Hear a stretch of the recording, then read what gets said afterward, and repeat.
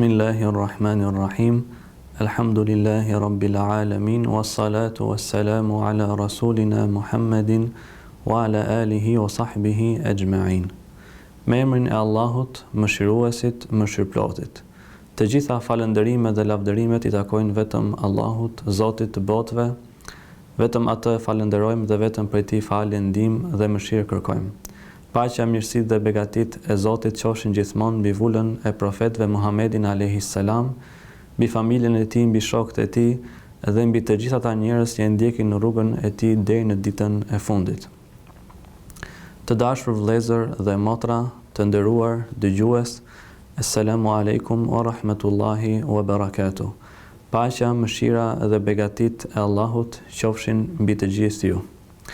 Sot kemi zgjedhur të flasim për një temë të veçantë. Dhe kjo temë është e veçantë sepse përfshin pikërisht figurën më të ndritur, njeriu më të lartë dhe më të mirë që ka ecur mbi sipërfaqen e tokës, profetin Muhammed sallallahu alaihi wasallam. Ashtu siç është cilësuar nga shumë mendimtarë dhe studiues, profeti Muhammed ishte njeriu më me ndikim për gjatë gjithë historisë njerëzore. Ai kishte pasur një ndikim të jashtëzakonshëm në aspektin fetar, në aspektin e besimit dhe ndjekësit që e mbështetën dhe ndihmuan atë. Gjithashtu ai pati një sukses të jashtëzakonshëm edhe në ndërtimin e një shoqërie ku mbizotëronin vlerat, harmonia, vllazëria dhe dashuria mes njerëzve.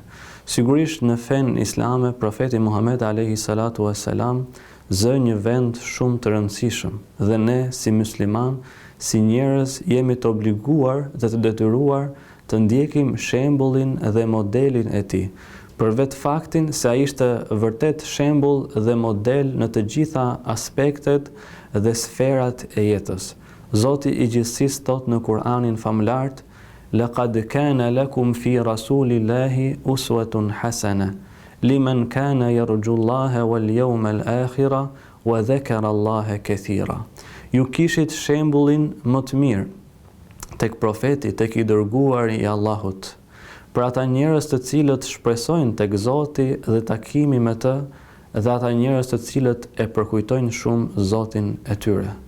Ashtu siç kanë thënë dietarët se profeti ynë Muhamedi alayhis salam nuk duhet marrë si shembull vetëm në aspektin fetar, në aspektin e adhurimit, në aspektin e ritualeve që ne bëjmë dhe kryejmë për t'u afruar dhe për të fituar kënaqësinë e Zotit.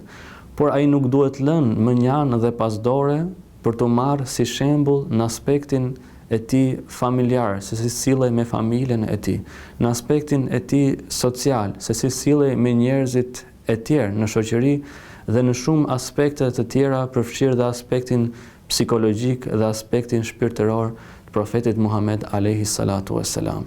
Zoti i gjithësisë na tregon në Kur'anin famëlart se dashuria që ne kemi për Zotin, dëshira që ne kemi për ta kënaqur atë, për të fituar kënaqësinë dhe pëlqimin e tij, duhet na shtyjë neve të ndjekim gjurmët e profetit Muhammed alayhi salam. Dhe suksesi i vërtet për njeriu, për besimtarin, arrihet në momentin ku ai përpiqet në formën më të mirë të mundshme të pasoj dhe të përngjaj figurës së lartë të pejgamberit Muhammedit sallallahu alaihi wasallam. Në fakt, tema që kam zgjedhur të ndaj me ju sot është shumë specifike për sa i përket natyrës së saj, sepse këtë temë e kam titulluar si një ditë me profetin Muhammed alayhi salatu wassalam. Dhe në fakt nuk do të nisemi thjesht të përmendim aktivitetin e tij ditor në brenda 24 orëve, se kur zgjohej, se çfarë hante, se si adhuronte e me radhë. Por le të mendojmë pak të gjithë së bashku.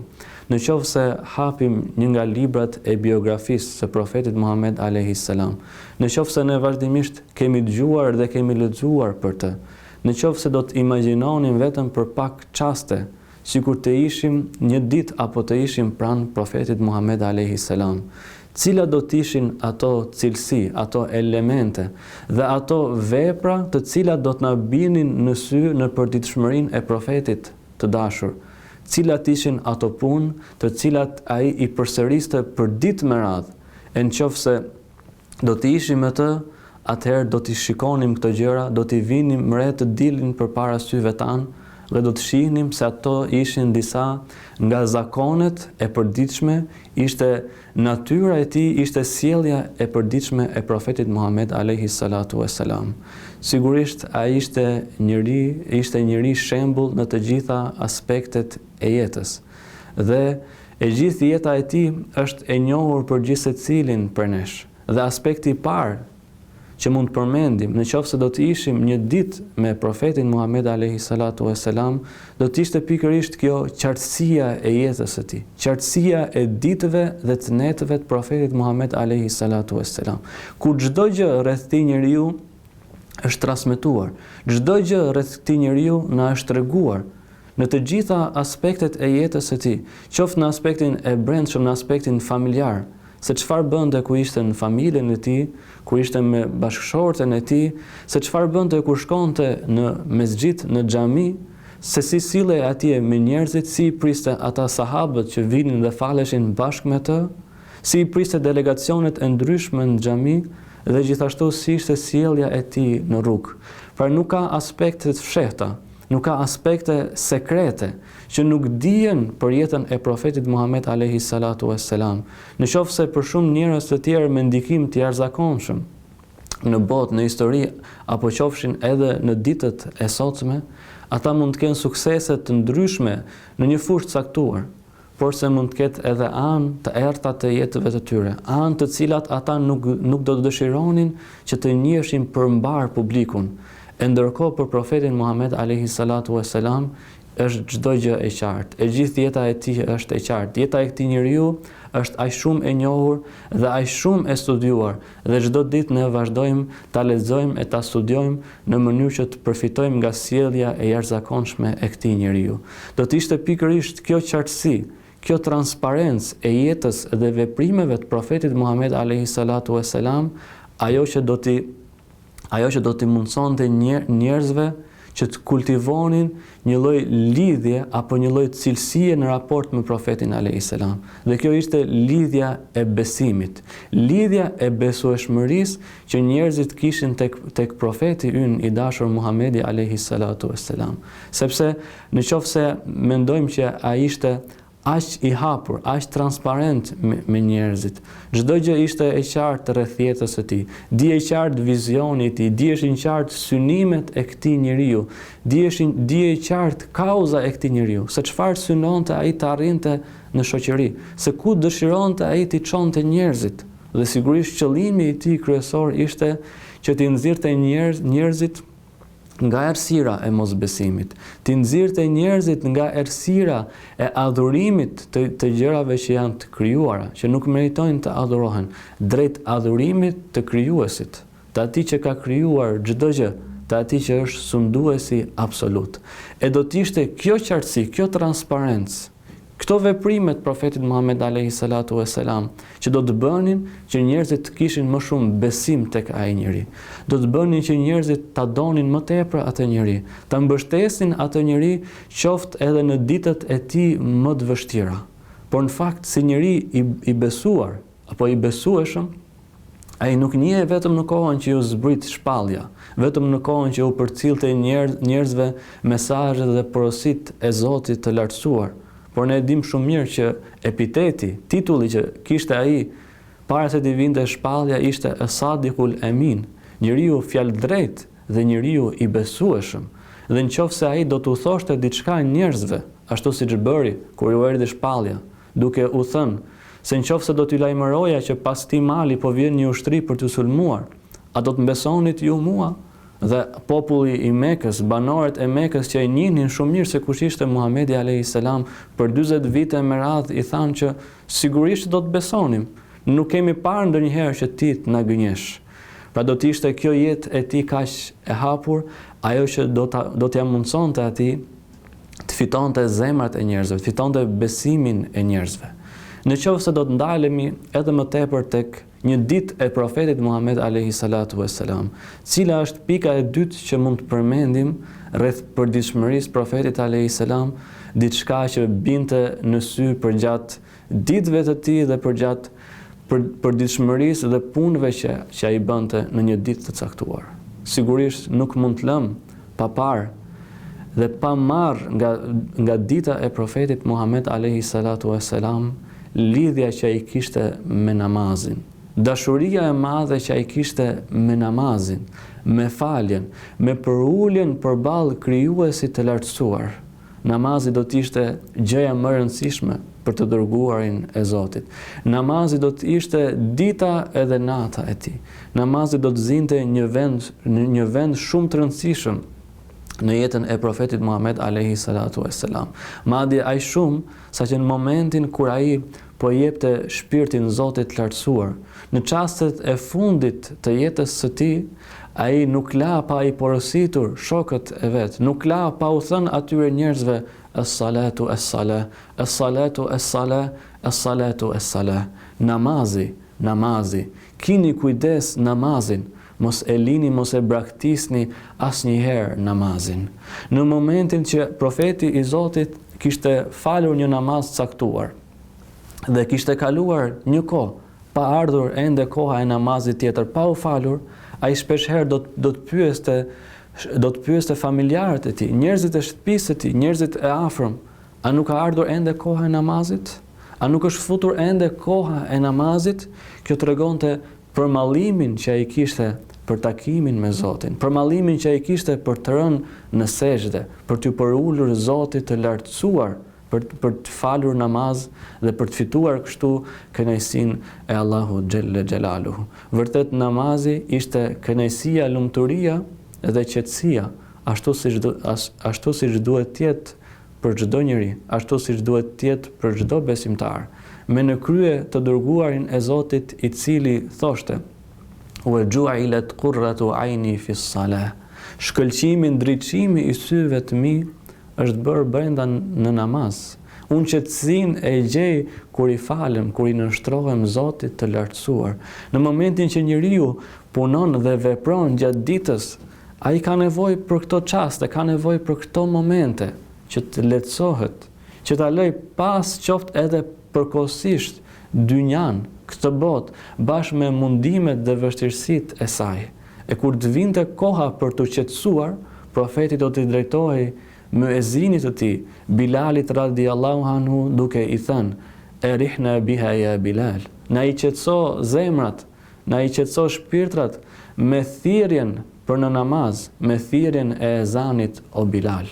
Por nëse do ta shohim më gjerësisht ditën e profetit Muhammed alayhi salam, duke përfshirë edhe natën, dhe të shohim se çfarë raporti kishte ky njeri me faljen, çfarë vendi zinte falja në ditën e profetit Muhammed alayhi salatu wassalam. Në fakt dietarë të ndryshëm u përpoqën që të mblidhin, të grumbullonin argumentet që flisnin për numrin e rekateve apo namazeve që profeti falte brenda 24 orëve. Dhe njëri prej tyre arriti në një konkluzion duke thënë se ai falte minimalisht në ditën e tij 40 rekate namaz. Nga këto 40 rekate, 17 rekate ishin brenda 5 kohëve të namazeve që janë obligim, që janë farz për besimtarin. Por jashtë këtyre 17 rekateve, përfshiheshin diku 12 rekate namaz sunet ose sunne ratibe, që janë ato që janë para dhe pas çdo farzi, suneti sabahut, sunetet e drekës, akshamit, yatsis e kështu me radhë. Dhe përveç këtyre 12 rekateve, brenda 40 rekatëshit ishin edhe 11 rekatet e namazit natës, duke përfshirë edhe namazin e vitrit. Por a ishin vetëm 40 rekate? Jo, ky ishte minimumi ndoshta që ai mund të falte brenda 24 orëve. Por gjithashtu kishte raste që ai falte namazin tahiyatul masjid, namazin përshëndetës për xhamin. Kishte raste që ai kur shkonte të vizitonte një nga shokët e tij, nga sahabët, përpara se të fillonte bisedën, ai ndalonte diku në një vend përshtatshëm të shtëpisë dhe falte 2 rekat namaz. E fillonte takimin e tij me faljen e namazit. Por diçka e tillë ishte shumë e shtrenjtë dhe shumë e rëndësishme për sahabët, të cilët do t'i flisin njëri tjetrit më vonë, do t'i thoshin që këtu është vendi ku profeti ka falur 2 rekate namaz. Madje disa prej tyre do të preferonin që të faleshin pikërisht aty ku ishte falur profeti Muhammed alayhi salatu vesselam, madje do ta kthenin në një lloj faltore atë kënd të shtëpisë ku ishte falur i dërguar i Zotit Muhamedi alayhi salatu vesselam. Pra lidhja e tij me namazin ishte e fortë. Namazi zinte një kohë shumë të madhe të ditës së profetit Muhammed alayhi salatu vesselam për t'i rikujtuar edhe një herë njerëzve që lidhja dhe raporti që ne kemi me krijuesin e gjithësisë është gjëja më e rëndësishme, është pikërisht qëllimi për të cilin ne jemi krijuar. E nëse ky raport nuk është në nivelin e duhur, atëherë asgjë tjetër nuk është më e rëndësishme se sa lidhja dhe marrëdhënia që ne kemi me Zotin e gjithësisë. Për të kuptuar më mirë se ç'vend zinte falja apo namazi në ditën e profetit Muhammed alayhi salatu vesselam, neve na transmetohet një ngjarje shumë e bukur dhe shumë interesante nga Ibn Abasi radiallahu anhuma, i cili aso kohë ishte një djalosh 9 apo 10 vjeç. Ai transmeton duke thënë se Jati Abasi, xhaxha i profetit Muhammed alayhi salam, e kishte dërguar atë me një porosi për të biseduar, për të folur diçka me të dërguarin e Allahut alayhi salam. Ai thotë që unë shkova në xhami gati në fund të kohës së ikindis. Dhe profeti ishte duke biseduar, duke folur me disa njerëz, kështu që unë nuk ndërhyra dhe isha duke pritur. Në atë moment u thirr ezani i akshamit. Pas ezanit u fal namazi. Pas mbarimit të namazit profeti filloi të lutej dhe të bënte dhikrin e asaj kohe. Pas dhikrit thot, ai u çua sërish në këmbë dhe filloi të fal namaz nafile deri në kohën e yatsis, derisa u thirr ezani i yatsis. Pastaj u thirr ezani i yatsis, u fal farzi, pas farzit profeti Muhammed alayhi salatu vesselam sërish vazhdoi duke fal namaz nafile, por disa rekate shumë të gjata thot derisa unë u lodha duke pritur, derisa pash që ishte bërë shumë vonë dhe duhet kthesha në shtëpinë time.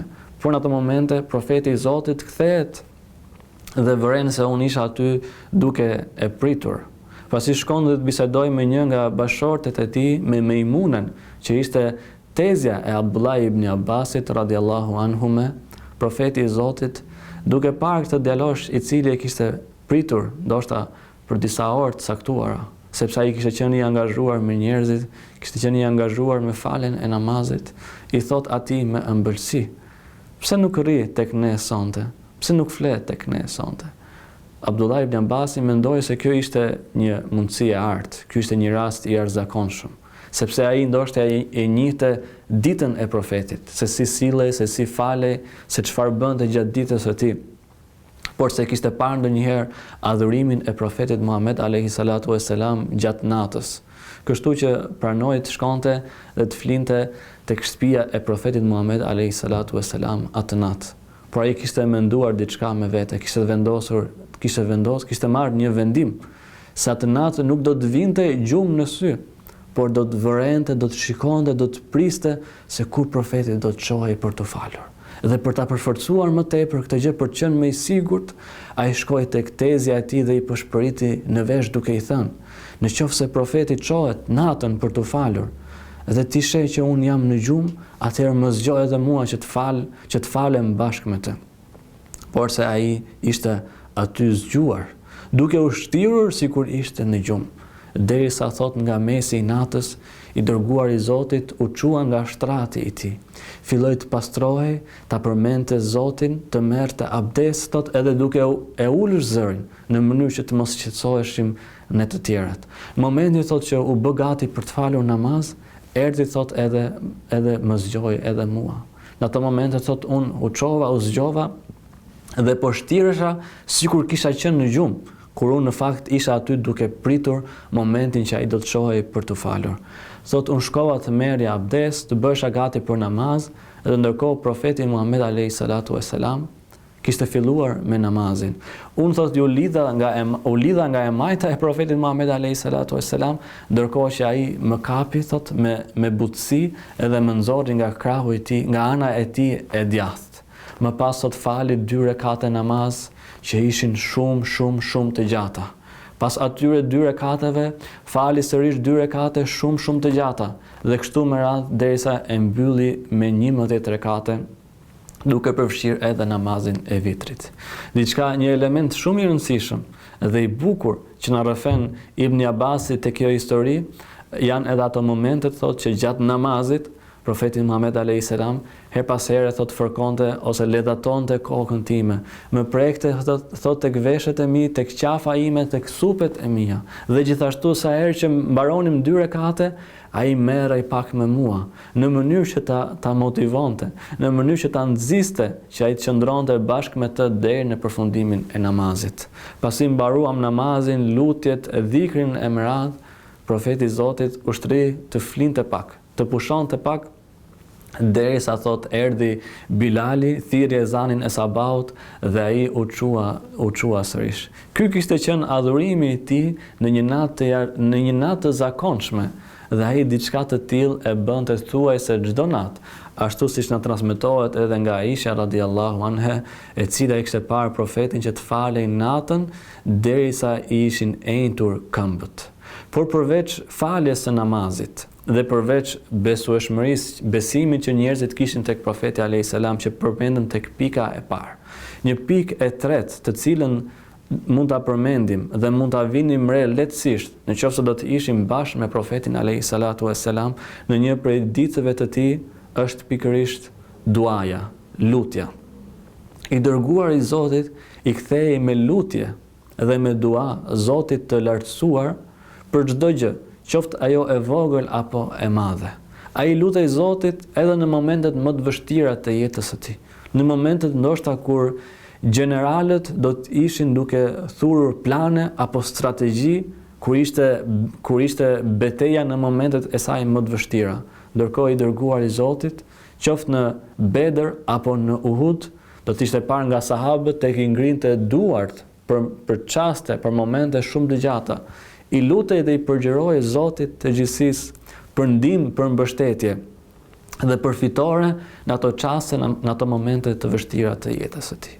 Sahabët e kishin parë në ditën e Arafatit, në kodrën e Arafatit, profetin e Zotit, i cili pasi kishte bashkuar 2 namazet, drekën me ikindin së bashku dhe i kishte shkurtuar ato, ai kishte ngritur duart lart për të lutur Zotit lartësuar, thon sahabët, deri në momentin që dielli ishte thuajse duke perënduar. Pra në një segment, në një hapësirë shumë të gjatë kohore, ai kishte mbajtur duart lart dhe vetëse ishte lutur Zotit të gjithësisë. Përveç çasteve kur dikush thot i sillte ujë dhe ai pinte pak nga uji që i ofronin dhe i sillnin njerëzit. Përveç lutjes për në nevojë, për ndihmë, për mbështetje, për mbarësi nga ana e Zotit të gjithësisë, ai kërkonte shumë falje Allahut. Ai bënte shumë istighfar. Ditën e tij e priste dhe e niste, ndoshta duke i kërkuar falje Zotit 100 herë në ditë. Por numri 100 nuk është thjesht një numër i kufizuar, ose ai numri të cilin profeti bënte për ditë istighfar. Sahabët thonë që në çdo qëndrim, në çdo mexhlis, në çdo ulje që kishin njerëzit me profetin alayhis salam, mund të numëroje, thot më së paku 100 herë që ai thoshte Astaghfirullah al-azim wa atubu ilayh. I kërkoi falje Allahut të lartësuar dhe tek ai pendohem. E gjithë dita e tij ishte mbushur me lutje, me dua.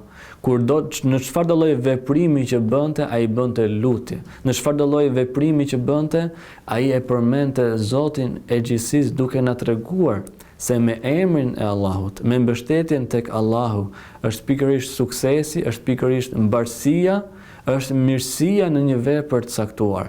Dhe gjithashtu në përfundimin e asaj vepre, nëse i adorzojmë Zotin, nëse i mbështetemi atij, atëherë ai do të kujdeset për atë gjë. Ai do të kujdeset për shtëpinë tonë, për familjen tonë, për punët tona. Por kjo gjithmonë vetëse e përkujtojmë, nëse e përkujtojmë, e lusim dhe i kërkojmë falje Allahut të lartësuar. Një aspekt i fundit të cilin mund ta përmendim nga jeta e profetit Muhammed alayhis salam, për sa i përket raporteve shoqërore që kishte ky njeri, është vërtet një aspekt i jashtëzakonshëm i jetës profetit Muhammed alayhis salam. Pra të mos mendojmë që ai ishte vetëm një njerëz që ndërtonte raporte me Zotin, që ishte një njerëz që thjesht I mësonte shokët e tij vetë se si të faleshin, si të luteshin, si të agjëronin, si të bënin adhurime, pra kryekput ndaj Zotit të lartësuar. Jo, ai kishte edhe një aspekt shoqëror, një aspekt social, I cili është shumë I njohur nga jeta e të dërguarit Zotit Muhammedit alayhis salam. Për shembull, nëse marrim ditën e tij edhe një herë, dhe shohim që ata kanë falur namazin e sabahut me në krye profetin e Zotit. Pasi bënte lutjen, dhikrin e merat, ai kthehej nga shokët e tij. Dhe atëherë fillonte që në herët në mëngjes fillonte biseda me këta njerëz. Fillonte ai t'i pyeste se çfarë kishin, mos kishin ndonjë shqetësim, mos kishin nevojë për ndonjë gjë, mos kishin ndonjë njerëz të sëmur. Njerëzit gjithashtu I drejtonin pyetje profetit alayhis salam. Ata që ndoshta kishin parë ndonjë ëndër, kërkonin shpjegim, kërkonin komentim për atë ëndër. Pra ky ishte një mezhlis I njohur I profetit alayhis salam, I cili niste që në orët e para të ditës, dhe të gjithë muslimanët e dinin që I dërguar I Zotit në këtë kohë të saktuar ishte duke biseduar me njerëzit, ishte duke u dhënë njerëzve udhëzim, ishte duke u dhënë njerëzve porosi, këshilla, mësim, dituri, duke I edukuar sahabët dhe njerëzit që ishin rreth e qark tij.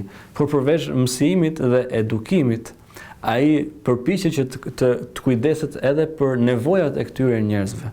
Për shembull, nëse dikush I kishte bërë dhurat familjes së tij një natë para, po supozojmë një qingje apo një dele, ai do të urdhëronte bashorten e tij Aisha radhiyallahu anha që ta gatuante, ta bënte gati në mënyrë që ditën tjetër të nesërmen t'ua servirte njerëzve, duke I kënaqur, duke I gëzuar ata njerëz. Pas këtij mësimi dhe këtij qëndrimi me shokët, ai do të kthehej tek shtëpia e tij, do të kujdesej për ta, do të bënte punët e tij, do të kryente nevojat e tij e kështu me radhë. Pas kësaj, ai dilte nëpër rrugët e Medinës dhe shikonte se çfarë hallesh, çfarë shqetësimesh kishin njerëzit, përshëndeste komshinët e tij, fqinjet e tij, shkonte në treg për të parë se në çfarë gjendje, në çfarë standardi ishte tregu, a funksiononte drejtësia, barazia, a funksiononin parimet dhe rregullat e tjera që janë të rëndësishme. Në qoftë se kur ecte rrugës, do të shikonte fëmijë të vegjël duke luajtur. Do të dalej, do t'i përshëndeste ata, ndoshta me një farë mënyrë do të luante me ta, do t'ua bënte veten të dashur edhe fëmijëve. Dhe për ta profeti I Zotit Muhammed alayhis salam do të ishte njeriu më I mirë, do të ishte njeriu më I respektuar. Ai do të kujdesej për dy nipërit e tij, Hasanin dhe Husejnin, të cilët shpesh herë do t'i merrte me vete edhe në xhami, edhe në kohën e faljes. Një herë kur ishte duke u falur profeti alayhis salatu wassalam, njëri nga nipërit e tij kishte hipur mbi shpinën e tij, mbi supet e tij. Dhe sahabët thanë që e zgjati ai shumë sejdën, saqë menduam se mos çfarë po ndodh. Mos po I zbret shpallja, mos ka ndonjë gjë të jashtëzakonshme që nuk e dim, dhe disa prej tyre shkuan atje pranë për të parë gjendjen e profetit alayhis salam. Kur përfundoi namazi, u tha shokëve vet që nipi im Hasani kishte hipur mbi shpinën time, ishte duke luajtur, dhe unë e lash derisa përfundoje, pra atë që dëshironte të arrinte, përfundoi lojën e tij dhe më pas u çova thot nga sejdja. Kjo ishte mënyra se si ai kujdesej për ndjenjat e fëmijëve dhe për ndjenjat e njerëzve të tjerë. Gjithashtu do të kishte raste ku ai ishte I angazhuar me pritjen e delegacioneve të ndryshme që vinin në xhamin e tij. Disa prej tyre për të pranuar Islamin, disa prej tyre për të takuar, për ta njohur profetin alayhis salam, për të folur rreth besimit, apo disa prej tyre ndoshta edhe thjesht si udhëtar, të cilët profeti Muhammed alayhis salatu wassalam do të merre me këta njerëz, do t'i priste këta njerëz, do të bisedonte me këta njerëz, do t'u ofronte atyre disa orë ndoshta nga koha e tij, e cila ishte vërtet e çmuar. Do të kishte raste që I dërguar I Zotit, siç tham, nuk angazhohej vetëm në xhami, nuk angazhohej vetëm thjesht me adhurim. Do të kishte raste për shembull që do të merrte vesh që në filan vend dy fise kishin konflikt, ishin duke u grindur me njëri tjetrin. Atëherë profeti do të thoshte disa prej shokëve të tij: bëuni gati, të nisemi dhe të shkojmë pranë atyre njerëzve, në mënyrë që të bëjmë pajtim mes tyre. Ai do të ishte i angazhuar me nevojat dhe me shqetësimet që kishte shoqëria e tij, duke u siguruar që ai kishte ndërtuar një komunitet i cili nuk ishte i gjithë i përbërë nga musliman. Aty kishte edhe jo besimtar. Aty kishte edhe njerëz që i përkisnin fiseve dhe feve të tjera. Profeti alayhi salatu vesselam do të vendosë disa rregulla, disa parime, të cilat siguronin barazinë, solidaritetin, harmoninë dhe paqen mes të gjithë këtyre njerëzve. Pra një njeri i tillë, i cili pra për të koha ishte shumë e çmuar, por fal disiplinës dhe organizimit që ai bënte kohës dhe ditës së tij, arrinte që brenda pra një dite të caktuar të kryente kaq shumë veprime të ndryshme, duke nisur që me marrëdhënien që kishte me Zotin e Lartësuar, duke vazhduar me marrëdhënien që kishte me familjen e tij, me marrëdhënien që kishte me njerëzit që vinin në xhaminë e tij, por edhe me marrëdhënien që kishte me njerëzit që ishin jashtë xhamisë, me njerëzit e tjerë që përbënin komunitetin e vendit apo qytetit ku ai jetonte. Ai arrinte të bënte këto gjëra pikërisht sepse ishte modeli dhe shembulli më i lartë. Kështu që ne kemi më tepër nevojë të lexojmë dhe të mësojmë rreth aspekteve të ndryshme të jetës profetit Muhammed alayhi salatu vesselam, sepse duke e njohur atë, do të na shtohet më tepër dashuria për të. Duke e njohur atë, atëherë kemi mundësi të pasojmë traditën e tij. Kemi mundësi që t'i përngjajmë sadopak këtij njeriu të nderuar mes njerëzve dhe të lartësuar kaq shumë tek Zoti i lartësuar. Elu Zotin e gjithësisë na bëj për atyre njerëzve që janë pjesë e bashkësisë e ummetit profetit Muhammed alayhi salatu vesselam. Elu Zotin e lartësuar na bëj për atyre njerëzve që lexojnë, mësojnë rreth jetës së këtij njeriu dhe më pas ato mësime dhe porosi i zbatojnë në jetën e tyre. Amin.